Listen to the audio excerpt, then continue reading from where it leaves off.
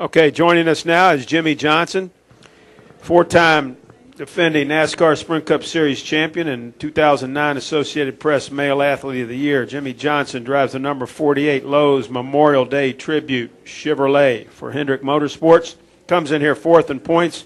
Jimmie, talk about your outlook here racing this weekend at Charlotte in the Coca-Cola 600. Yeah, I'm really excited about it, the way that the car ran and the way we performed at the All-Star event. Have high hopes and feel confident that we're working in the right areas. And depending on weather tomorrow and things, I feel comfortable starting the race now if we do get rained out for tomorrow's practice. And if not, I think we have a few small things to look into. But with the test session we had a month or so ago and the track time last weekend, we feel real confident that we're in the area we need to be.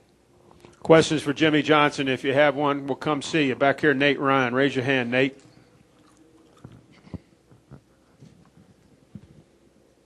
Nate Ryan, USA Today. Jimmie, you went through a 5-race stretch here without a top 5, and then since then you won last October and you had a pretty dominant run last Saturday. Have you guys figured out whatever flummoxed you for that little stretch there? Are you back on top at Charlotte Motor Speedway?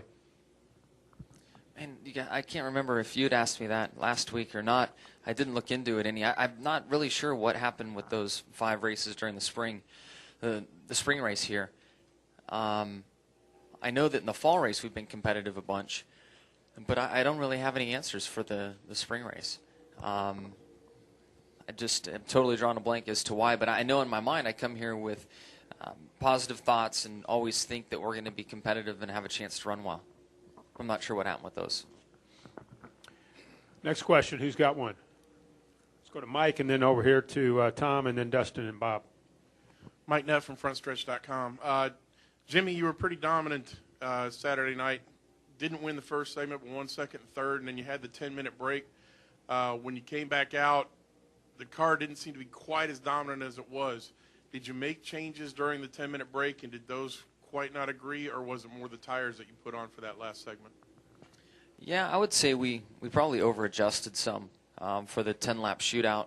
We wanted to make sure the car was comfortable and secure for a shootout, and maybe went too far and got the car too tight. So we kind of learned from our mistake there. Everything we did before that, we had a very good plan in place, and it worked out. We just didn't anticipate the car, or the track, I should say, changing that much for the final segment of the race, and it kind of hurt us. On top of the fact that we were third off of pit road, and you can't take for granted how much better the car drives in clean air and being able to control the start of the race and get ahead. And I didn't have that luxury. I was pinned down on the inside on the third starting position, and we never really ran long enough to get going and to get situated and get through that. So then the following restarts, again, I was pinned on the bottom, and finally turned around off of 4 just from being trapped down there in Denny and taking the air off the side of the car. But we learned a lot last weekend, to be honest with you, and I wish we could have that final 10 laps over, back again. I think we'd be in good shape. Let's go Tom, Dustin, and Bob. Hi, Jimmie. Tom Jensen, SpeedTV.com. What was your view of the finale between the 11 and the 18 last week? Was it a fair move on the 11's part? Do you think that will hurt them going forward, their relationship? And does that in any way help you guys as you go for your 5th? I saw Denny being very aware of where the 18 car was. From when we were committing to our lines on the straightaway going into turn 1, I saw some confusion. Not confusion, but Denny was trying to be in front of the 18 wherever he was to put him in a bad situation for air.